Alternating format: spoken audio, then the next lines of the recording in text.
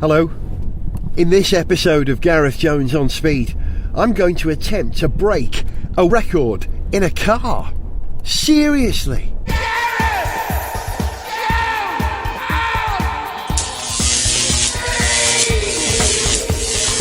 Hello, welcome to Gareth Jones on Speed. You join me, Gareth Jones, in my car, my Toyota Sora, driving across North London at about 7 o'clock on a Friday evening. Yeah, this is traffic hell.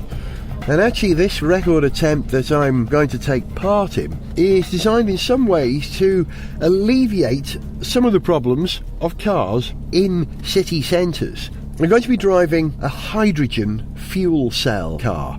A car I've driven before, the Hyundai iX35 FC, I think it's called. Zog and I drove it on a short test drive, or prototype of it, around London a couple of years ago, and we're very impressed. Electric cars, as you know, work well. They're quiet, they're smooth, they have instant torque, and if you've got a way of storing the energy for the electric motor, then they can be really practical too. And one of the problems with battery electric cars at the moment is range. Batteries are heavy. You have a huge battery pack, you have a heavy car.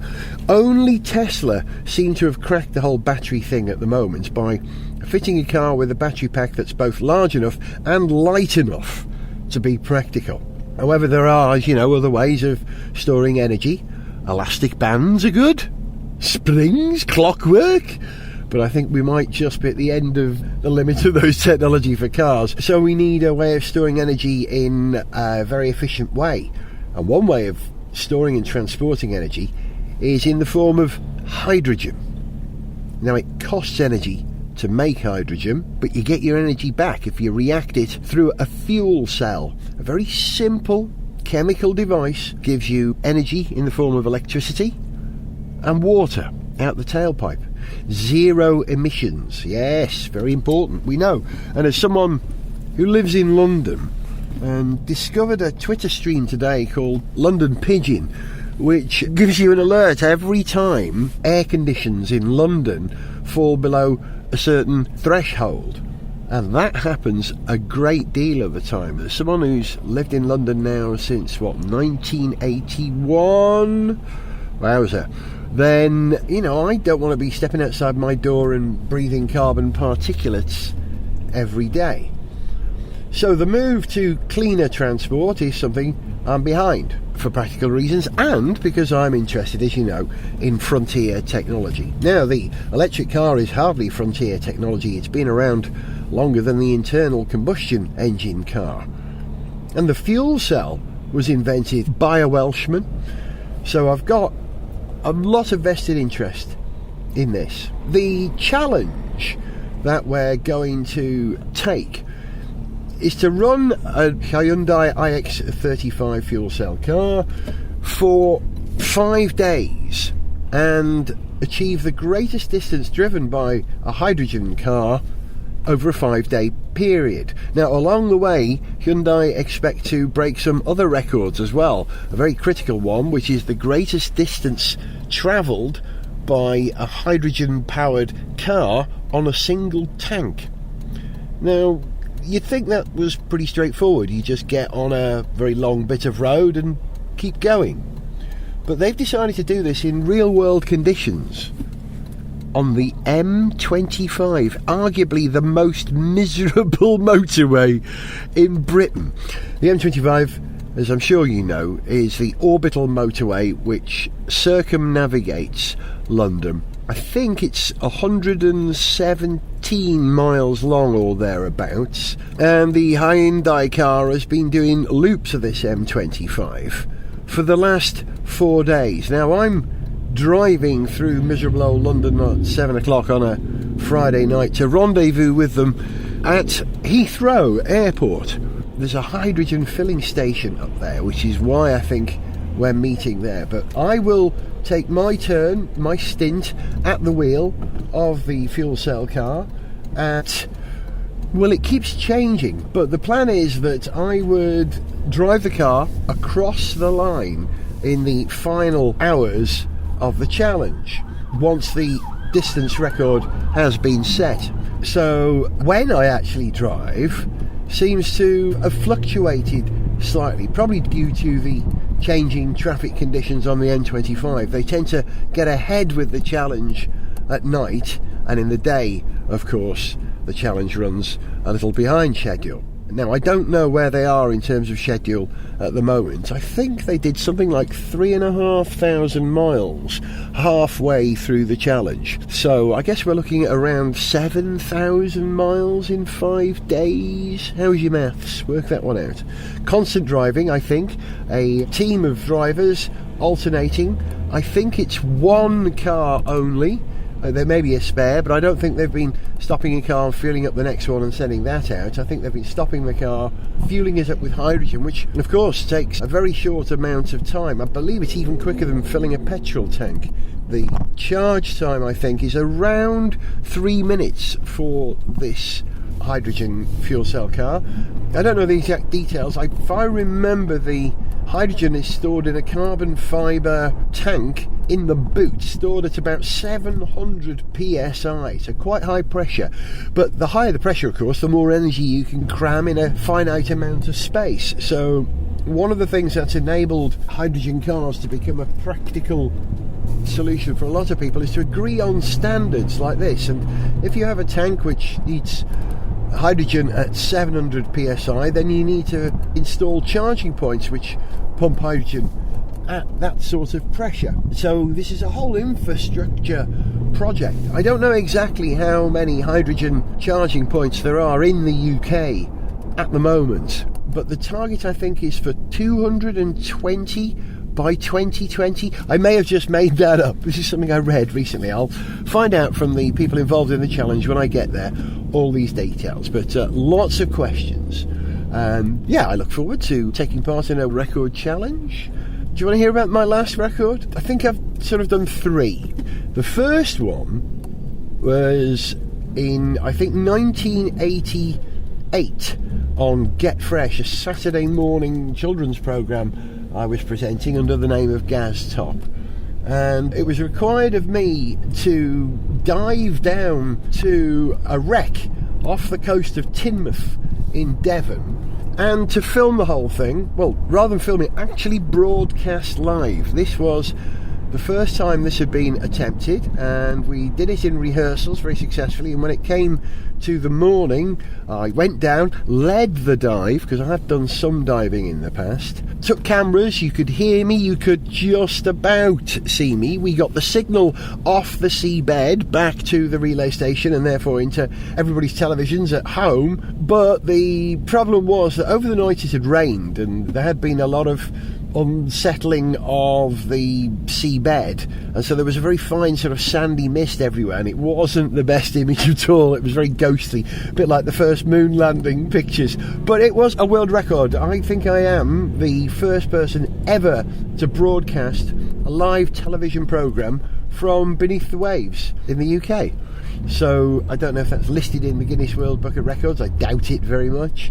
But that was my first record. My last record was set, I think, about 4 years ago in the build-up to the Olympics. I took part in an event for the Live Art Olympiad, which was a sort of a crossover point between art and sport, where there was a project to break the world hopscotch record. So I went out to a town in Essex, and with the help of some other people, rallied something like 360 people who all agreed to play hopscotch in a closed-off, marked-out area for a period of about 5 minutes.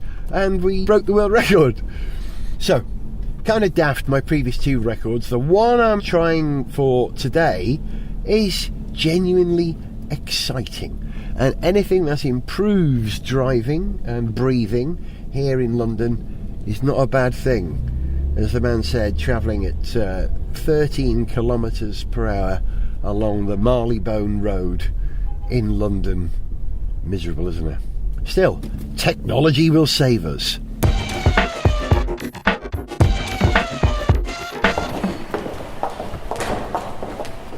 Hello, or rather, good morning.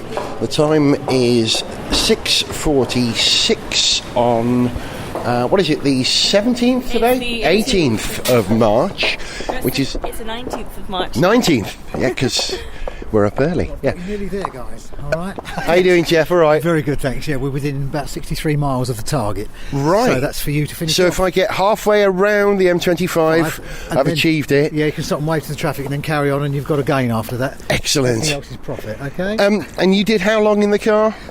Nearly 9 hours. Good 545 miles. Well done. Not in one session, though. Yeah. Really? Just now, we had to get it done, didn't we? You've made my bit nice and easy. Thank you very much indeed. Pleasure to meet you. Good Thank luck you. anyway, Gareth. Thank you. Okay, Yeah, bye-bye. Jeff there's been driving the car. It's now my turn, as you heard. I've only got to do half a lap and we've broken a world record. I say we. I turn up and take the glory.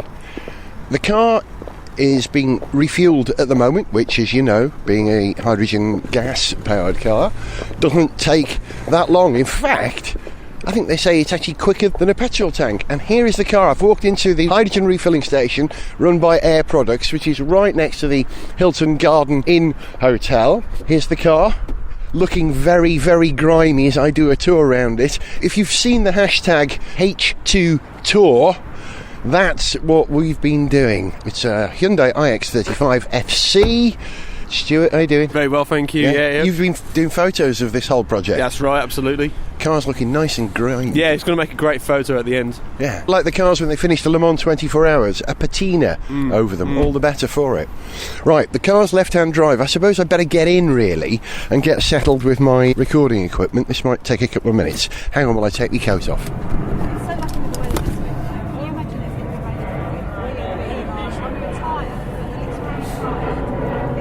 That's me. Head for the M4, M25, and we'll go clockwise. So long, guys. Bye! See you with the record. See you later! Bye-bye. Yep, we are moving.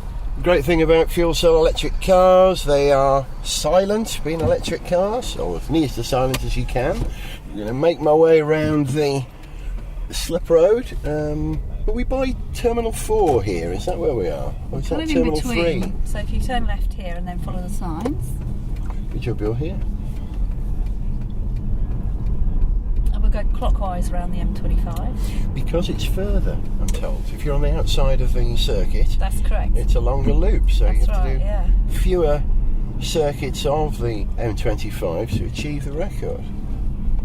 We calculated it as 49 laps, but obviously it is all about miles. Yeah. Well, I was chatting with Simon, I think, last night, Stephen, who was doing some driving last night, who was explaining that he hit traffic on a number of occasions, and rather than just sit in traffic in the car, he pulled off the M25 and just went on little loops. Went all the way down to Brighton at one point. Oh, did he? Yes, I believe. Oh, right, yeah, well, absolutely. As we know, the M25 is interesting from a traffic flow point of view, so it was about keeping moving rather than actually going around the M25 all the time. Yeah, So- well, I said in my introduction to the programme that not only was this record going to be broken, but it was hopefully going to be broken on the worst motorway in Britain, the M25. You're not making it easy for yourselves doing this. Now, Kate Buchanan. Kate Buchanan. I had a friend who was a Kate Buchanan a long time ago. Oh, I'm sure she was lovely. When I saw someone following me on Twitter called Kate Buchanan, I went, hang on a minute, oh no, and it's not my Kate Buchanan. You work for Anglo American. I do, that's correct, yeah. And you are a mineral firm who provides some of the elements in the fuel cell. That's correct, yeah. Platinum, is that right? Diversified miner. We have people all around the world, and we actually mine the platinum that goes in the fuel cell. Yeah. So for us, this is a really important development. It's market development activity for us. We have lots of fingers and lots of pies looking at where platinum group metals are used. They're used in AutoCADs, they're used in all sorts of things across. So it's platinum, palladium, rhodium, iridium, osmium, those types of products. There's been an increased need for rare metals, hasn't there, since we've started to shift over to non-internal combustion engine cars. This is good business for you, isn't it? We hope it will be, yeah. So where do you get your platinum from? South America? Africa? Where? South Africa. South Africa? Mined in South Africa. Yep. Mineral-rich South Africa, as I always like to refer to it. Now, I better slow down, 30 miles per hour.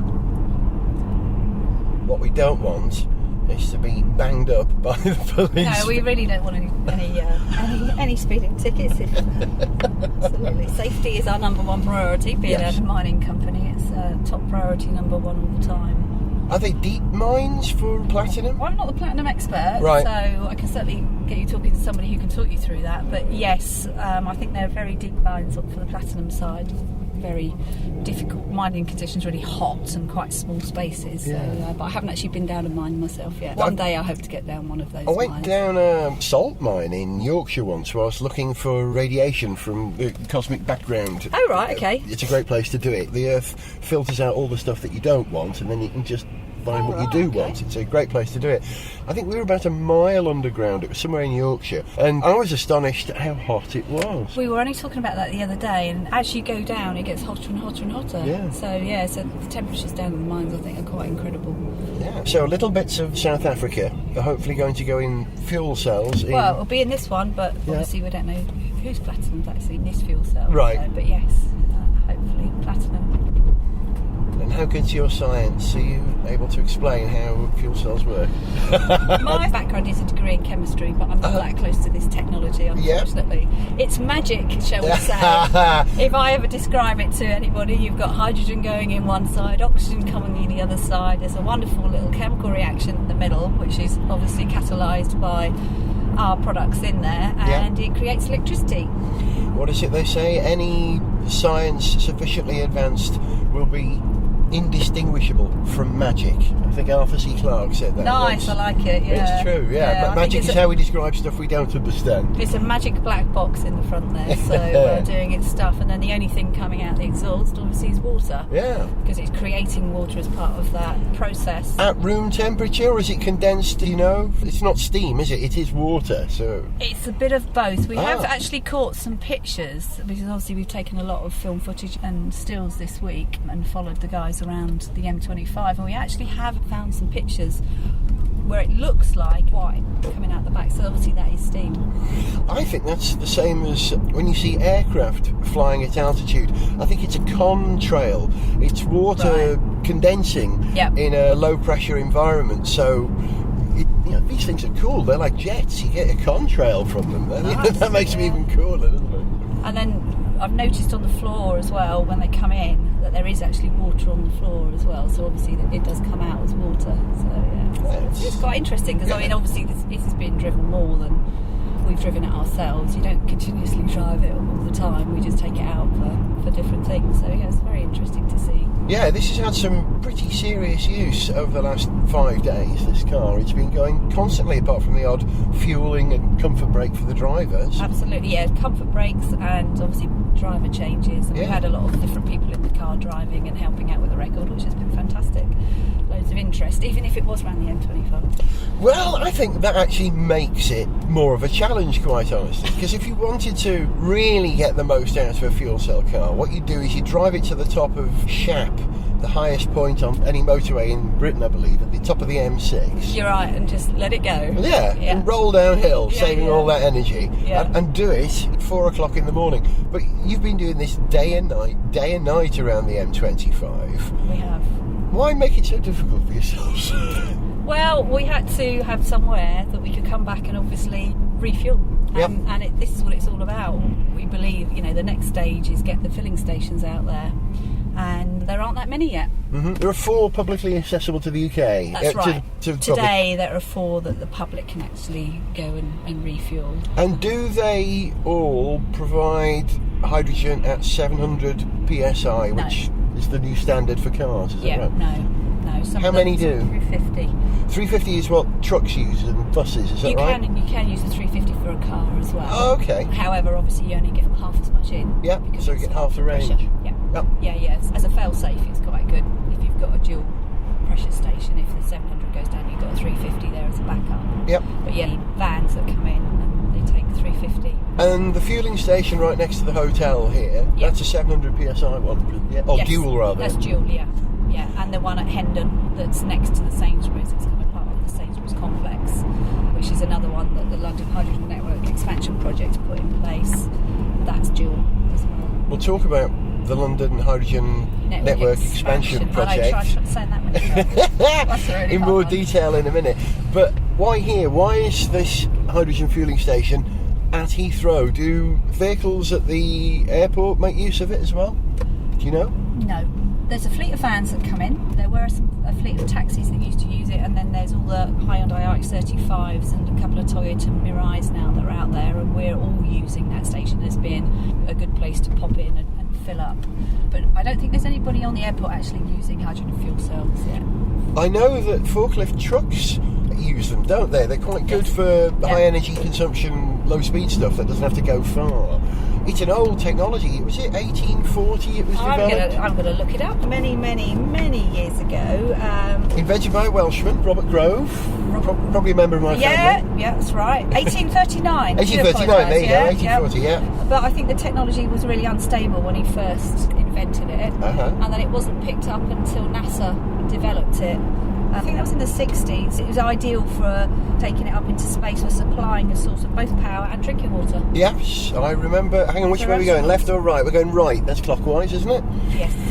All right, we're arriving at the M25, making history, reading about history, starting the final laps. I'm being very circumspect. Yes, sir, I know I changed lanes twice. I'm trying to make sure I go the right way. I just need to make sure I keep an eye on that mileage. We mustn't miss filming the final crossover point. What's the distance? I thought it was 6,000 miles. It's showing 9,800. It is, but we didn't start on zero. Okay. Because we've already been using the car. This car we had for just about a year now. Right. So obviously it already had done a number of miles before we've taken it out on this mammoth challenge. So I'm just going to double check what the mileage was when we first went out, so that we don't miss it. Hello, we're just getting on the M25.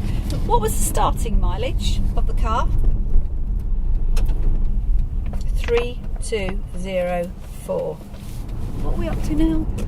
969.1. Yeah, that's fine. I just want to double check and don't miss it, that's all. So, is that right? Its starting mileage was 3204, yeah? Definitely, yeah? Okay, so if I add 6025 on that, the mileage needs to say 9229. Yeah? Okay, perfect, thank you. When the odometer says 9229, we're now at 9173. So, yeah, another 50 miles or so, we've done it. Okay, all right. And then the more we do, the better. Yeah, well, let's make this record difficult to beat. Let's have a bit in our pocket. I might end up doing donuts in the car park at the end, just to put extra miles now, on look, the I vehicle. don't want you in the middle of the news. We've had enough of donuts, I think, in London this week, haven't we?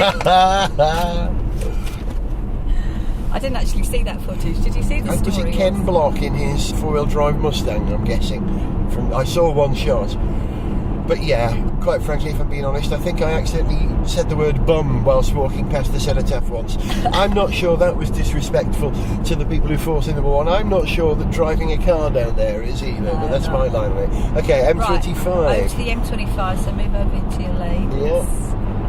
I'm driving it gingerly, and I don't need to, because we're not going for distance on this amount of hydrogen in the tank. Oh, wait, just the distance, you know? Absolutely, yeah. And we've just filled up, so there's absolutely no problems with the range at all. The range is about 320 miles, is that right, on this car? About 360. 360? Is the quoted range on a tank of fuel, and that's about 5.6 kilograms of hydrogen. It's interesting that the hydrogen is measured in weight, not in volume, because you pressurise it. That's right, yeah, it pressuриses and it goes in as a liquid, so you buy it by kilo. I'd be very interested in doing the calculations to work out the weight difference between a battery pack to give you that same amount of energy. That would be interesting. And actually. The weight of installing a fuel cell and a hydrogen tank. And there are batteries on this car as well for the regenerative braking. If you think about when it comes to using these vehicles for vans and things, it's all about capacity, load capacity. Yeah. And obviously with lots of batteries in it, you're losing your load. Yeah. Whereas with this, and I don't know what the comparison is myself, but in terms of volume, I would imagine that the hydrogen tank is smaller than the battery. Oh, we'll have to show you it later. Yeah, I've driven this car before. Not this very car, but an X35 fuel cell. Okay. A couple of years ago when it was first announced, and had a good look at the tank then. Yeah, because that's obviously in the boot. And actually, you've still got lots of boot room, which is good. Yeah. You don't lose too much there. Well, sensible choice, I think, installing all the hydrogen fuel cell vehicle equipment on a car of this size, which, you know, has plenty of room in it. It's about the size of a BMW 3 Series, I think, not 3 Series, the X3, the Hyundai iX35. So you've got a bit of elbow room. yeah, it's a very comfortable drive. Kit. Yeah. And it's front-wheel drive, isn't it? The motor's in the front. It's not four-wheel drive, it's a front-wheel drive car, as I understand it. So here we are, driving a left-hand drive, fuel cell electric vehicle on the M25. And keeping pace with the traffic, I'm now doing 60, which is probably smart, because traffic is building up. There are quicker cars tearing past, but I'm not in a hurry today. I just want to make sure we get this thing to the end. I feel like the guest driver at Le Mans. You know, often at Le Mans you have 3 drivers in the car, 2 professional drivers and 1 who is a gentleman driver who gets to do it just for some of the glory, and I'm enjoying some of the glory. I really am. Okay, tell me, Kate, again the figure that I'm looking for. 9229. 9229. Yes. Okay. Yes. So we started at 3204. Right. We're looking to do in excess of 6,024, 25. So we're looking at 9229 and beyond. Okay. At the moment it says 9178. I will give you an update as we approach the key figure. As Gareth and Kate approach the key mileage figure, that's where we'll leave it for now. The attempt to break the record for the distance travelled by a hydrogen fuel cell car continues in Gareth Jones on Speed, episode 275, coming to your ears very soon. To send us an email, see pictures, get song lyrics, join our Facebook fan site, or follow us on Twitter, or to find out about sponsorship opportunities, go to garethjones.tv. Gareth Jones on Speed is made in London by Whiz Bang.